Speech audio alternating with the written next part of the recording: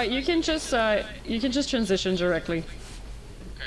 Okay. I don't have donations to read right now, so let's just save some time and transition directly to the game. Go ahead. Thank you for your patience, everyone. Hello. Have a happy Sunday, everyone. We will be moving on to Jackal in Hotline Miami, Richard's Revenge. So we have some little issues. Jackal won't be able to talk during the game, but his couch, Urenstein, will do the commentating. Hello, Urenstein. Hello, that's me. Can you present the category a little? Richard's Revenge? Yeah, Richard's Revenge is actually it's not just a category, it's a mod of the game. Oh.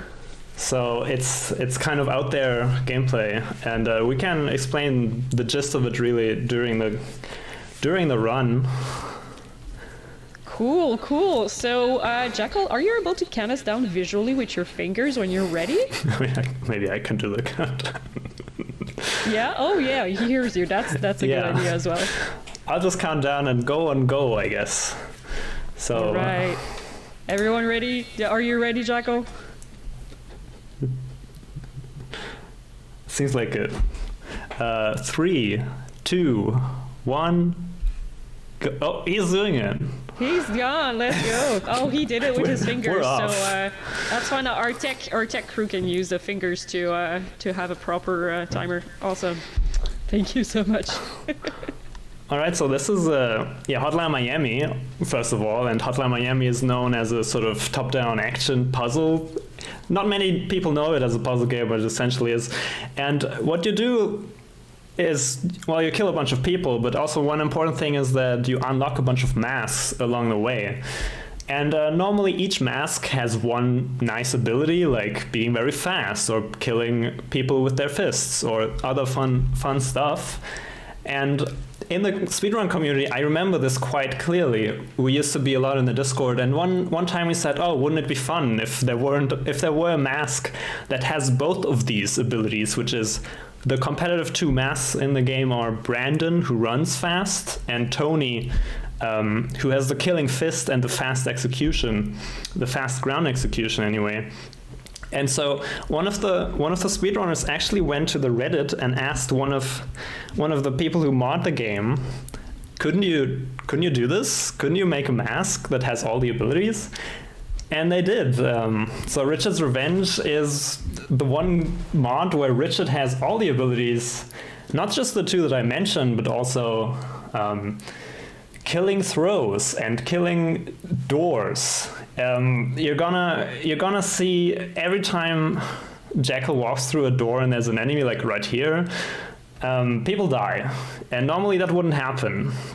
So it's a very cathartic mod to watch as a speedrunner, because normally in the speedrun there's a lot of detail, a lot of subtlety that goes into avoiding RNG, like not getting knockdowns. So normally when you throw a weapon at someone, or even if an enemy drops a weapon, they would get knocked down, and it would lose a lot of time. It would be a big factor of risk, because now you have to like structure your game plan around them.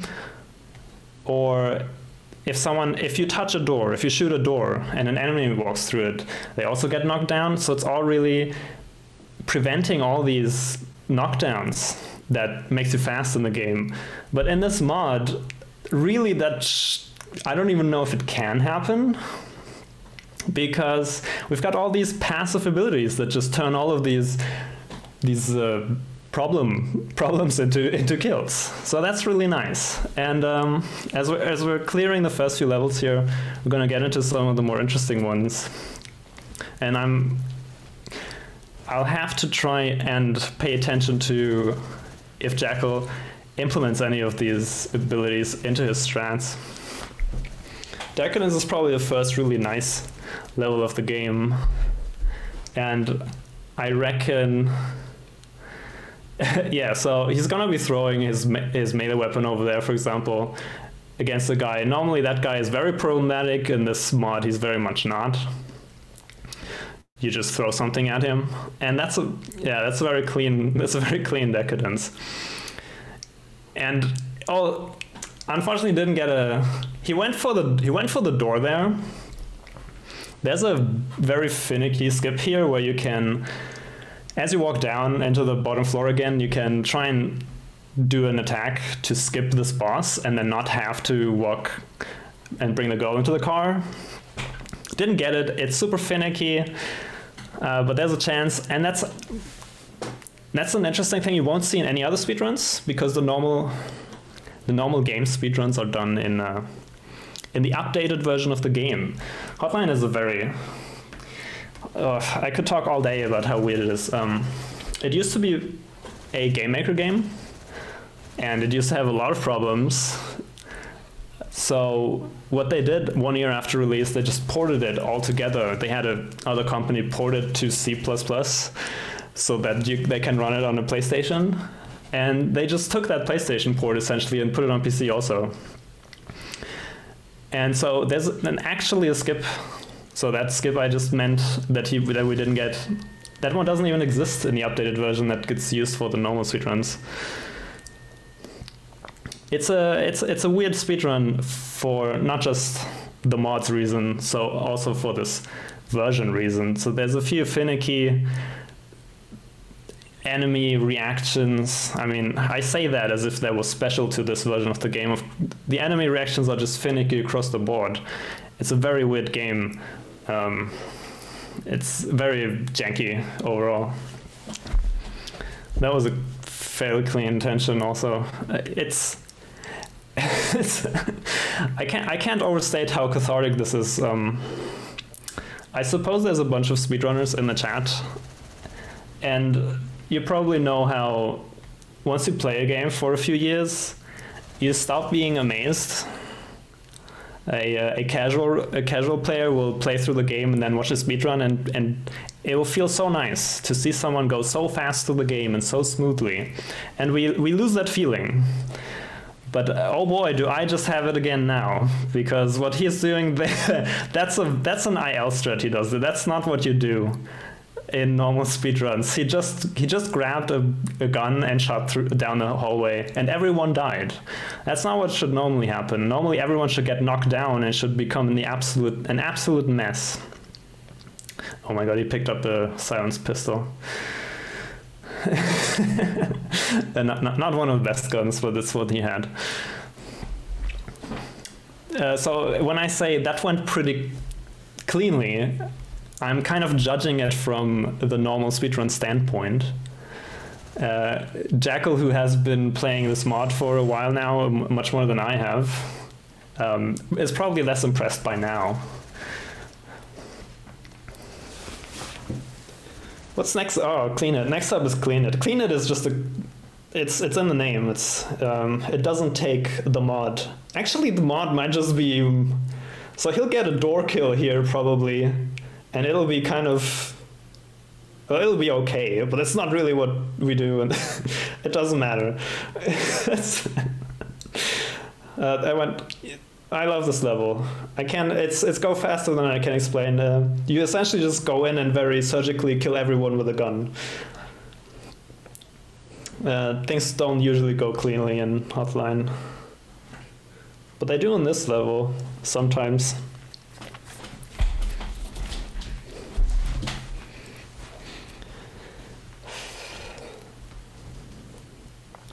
Oh, I should mention. So the category is NG plus all levels.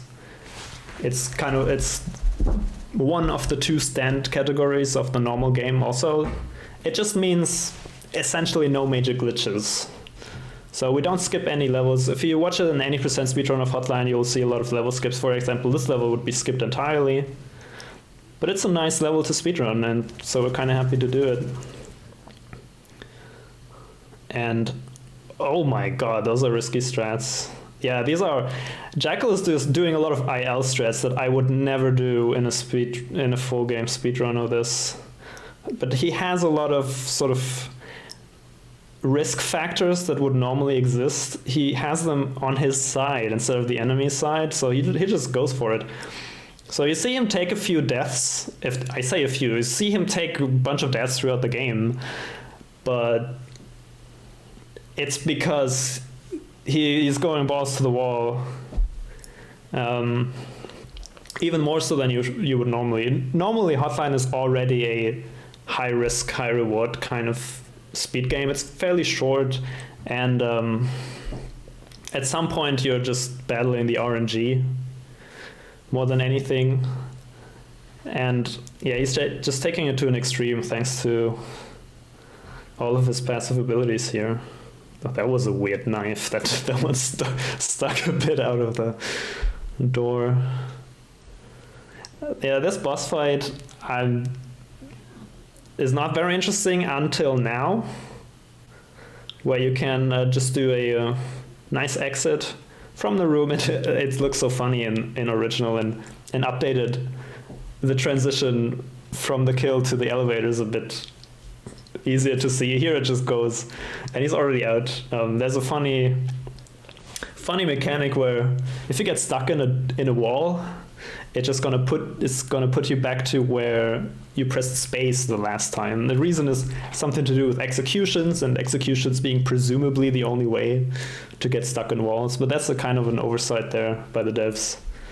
It's not exactly an oversight. They knew about it, but they failed to entirely shut it out. So it's a kind of a precise setup to get the warp out of that boss fight. Otherwise, the boss fight will be a very boring part of the run.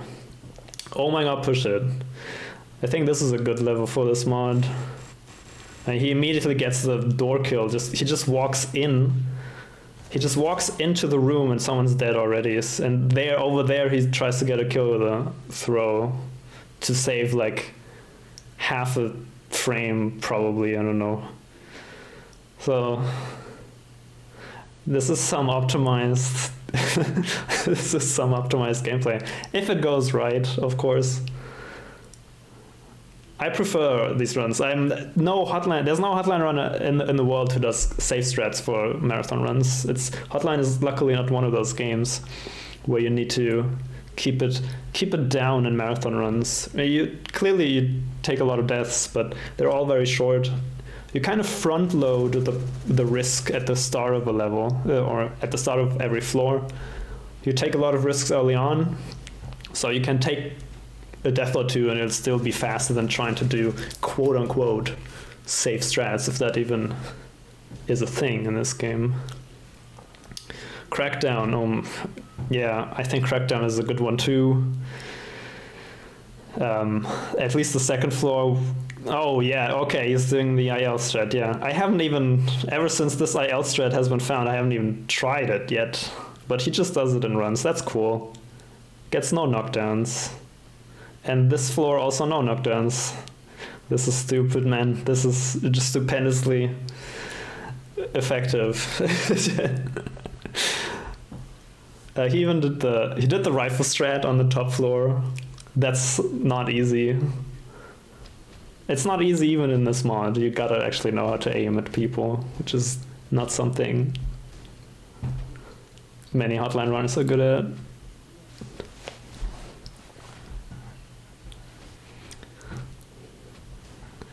Oh, mechanical skill is important in Hotline, but game knowledge is more important. So Hotline is not a game that's full of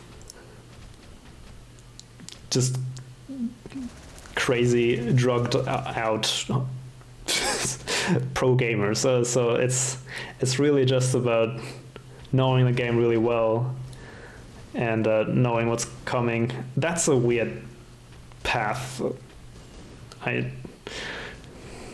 The enemies on this screen are clearly walking differently from what we normally run in this mod.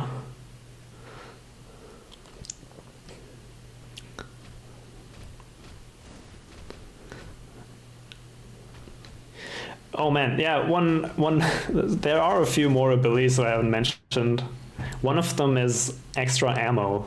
So in the bottom left corner, you can sometimes see he has 3 out of 2 ammo. That's true for every gun. I think the assault rifle has 36 out of 24 ammo. Oh, 32. I'm bad at math.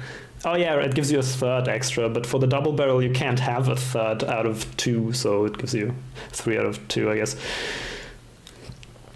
Okay, well, apart from the first floor, which is a bad floor, probably one of the worst in the game.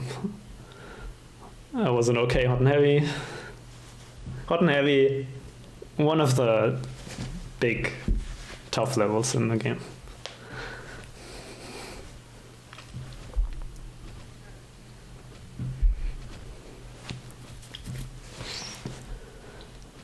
Oh, what's next? Deadline. No, this is a good mod for Deadline. This, of course, this mod is good for every single level. It's just, it's like cheat codes, if you remember. He's just put in the cheat codes to have. He has everything except like a big bobblehead, which is of course something we miss from video games, having a big bobblehead. Okay, he gave up on the melee strat.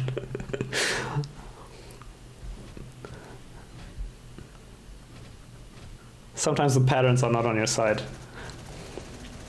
Ouch. Ouch. This is a bad floor. But at least he has a lot of ammo. This floor consumes ammo like nothing else in the game. Oh.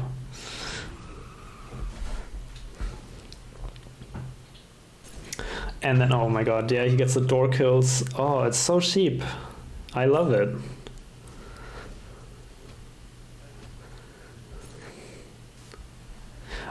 Oh, I remember. There's also, yeah, he got.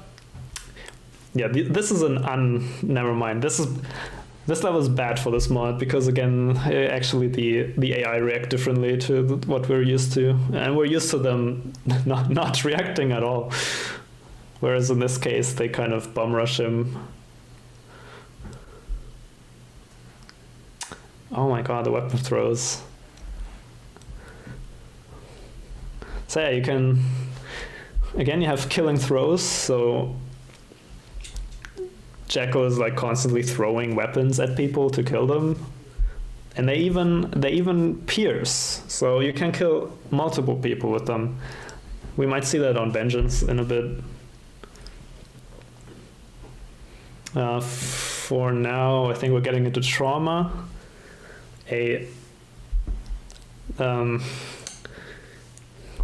Well, less exciting level. It's a bit of it's a sneaking game, sneaking level. What you call it? The kind of game. This would be a great time for messages if there are any. Awesome. Yeah, I think you were looking for stealth game. Yes, thanks. That's the one. Yes, yes. Oh, this is such a fast-paced game. Oh my god. Yeah, everyone, we're $40 short of 2.5k, and at 2.5k, something real crazy is gonna happen to the stream. We're going to change all of the fonts to Comic Sans. Yeah, I don't know if that's a good thing or not. You let me know. And thank you everyone for being with us today, raising money for One Tree Planted, a non-profit that's geared towards reforestation. So let's plant them trees.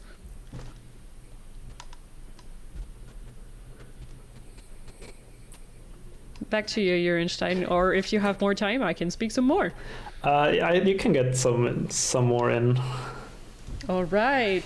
So I don't have donations to read right now, but I would like to talk to you about our prizes because they're great.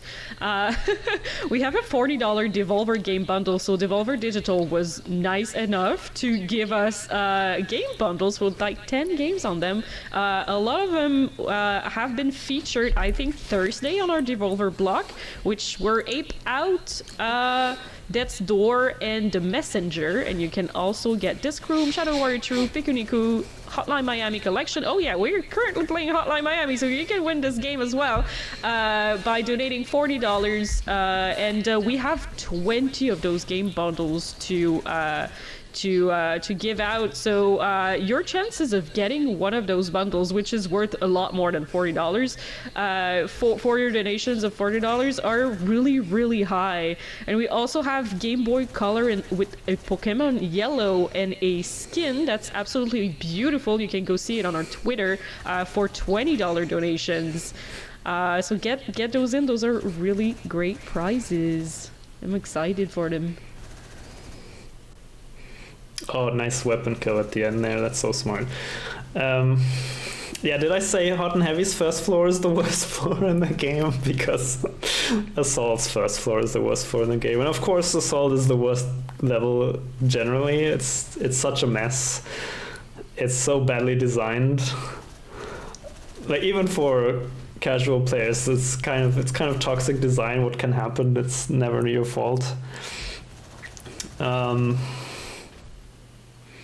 So this is just a standard Assault. Like we're taking a few deaths here, absolutely normal, and not really helped by playing on original, like playing on this version of the game, because enemies react a bit more aggressively, and they're already very aggressive around these parts of the game. Oh, we made it. I think at least the last floor should be fine. What is that strat? Oh, okay. Oh, we don't get knockdowns, so we do this strat. Okay, okay. This is the Tony. This would be the Tony strat. No, wait. I'm dumb. So we can't do this. We can't do the skip. Like I don't know. We didn't do the skip. Something's weird about original.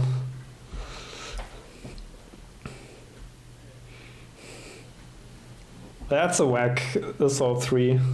I'm sorry, I was unprepared for that. Normally we go like around to the left, and now we just went straight through the middle at first.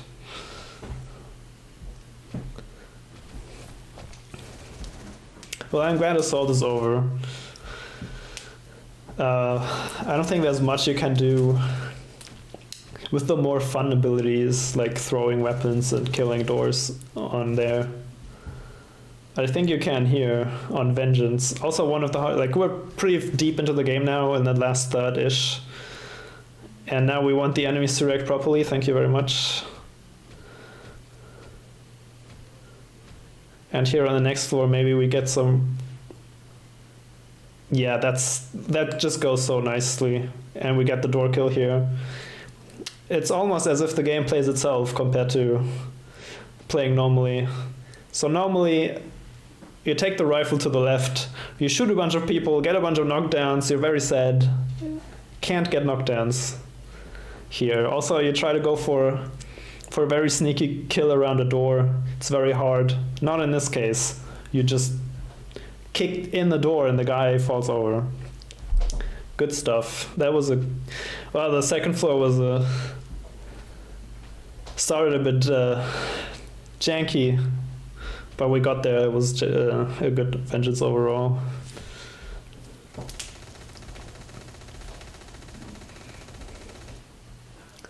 This is the final boss, quote unquote. It's certainly a boss. And oh,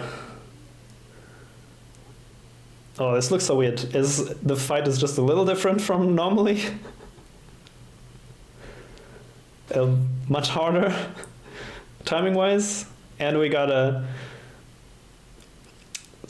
normally in the normal run you can kind of kill the final boss before he starts shooting at you. Not in this version, you can't. He reacts, he starts shooting way too fast, so we hide behind that water fountain there and have to wait through one of the shooting cycles before we can throw the knives at him.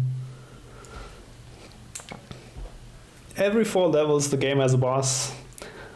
None of them are very bothering, really.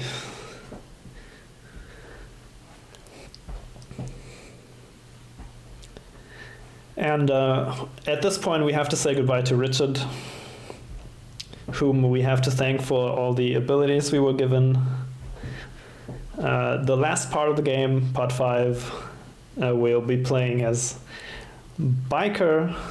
We go backwards in time. Biker is... It was the second boss fight in that big room where then we teleported into the elevator. Now we get to play as him. He has an entirely different skill set, and since he doesn't wear different masks, there was no giving him all the masks abilities at once. So this is more akin to what it would be normally, but it's already normally a fairly smooth, like optimally speaking. Unless things go wrong, it's a fairly smooth part of the game. So that was a quick safe house right there.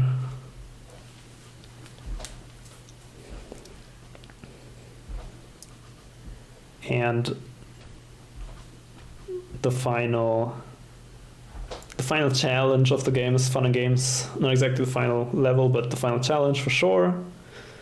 I mean, oh, yeah, right. So at least some of the abilities, some of the mask abilities can carry over to Biker. That's clearly a glitch. That's clearly unintended.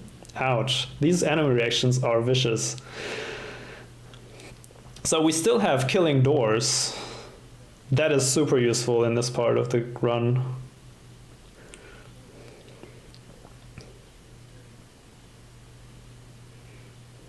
That's unfortunate AI reaction, but we got there.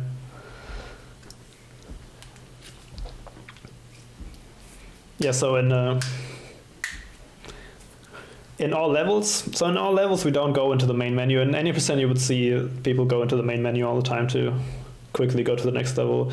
But if you don't go to the main menu and just keep playing the biker parts, there are specific mask abilities that do carry over, so we got that benefit even in this part. So I guess I was lying when I said goodbye to Richard. His shadow was still looming over us even up to here. So if the last level was the last challenge, here's the last speed tech. I think it should work on this version. I don't see why not. We just move Jacket over here. It's funny. It's an entirely different mechanic to the previous skip, where as Jacket we used Biker to warp into the elevator. Here we kind of kick Jacket through the wall and then we make it to the elevator.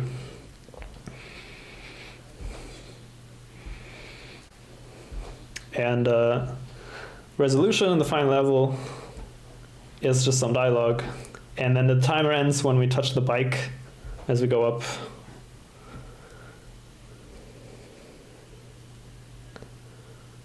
So that's now on my screen.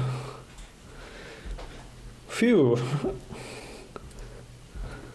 That was Richard's Revenge in 26 minutes. I think it was 26 flat.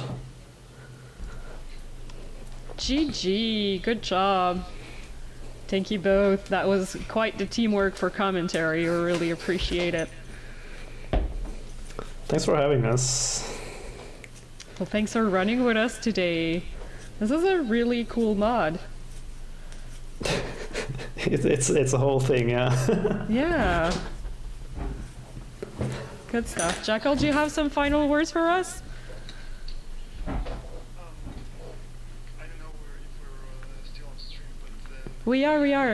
first of all, I would have to give my deepest apologies because there was quite a few problems with my tech setup. Also, yes, I was aware that after launching the game, it was just like I don't know how this could happen to me. I never had this problem before.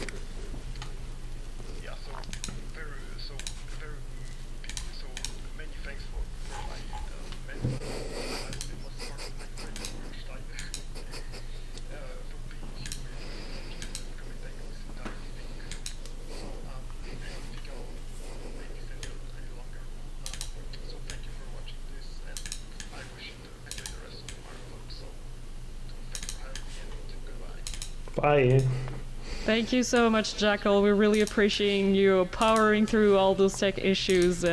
It was great. Y'all did great. Thank you so much.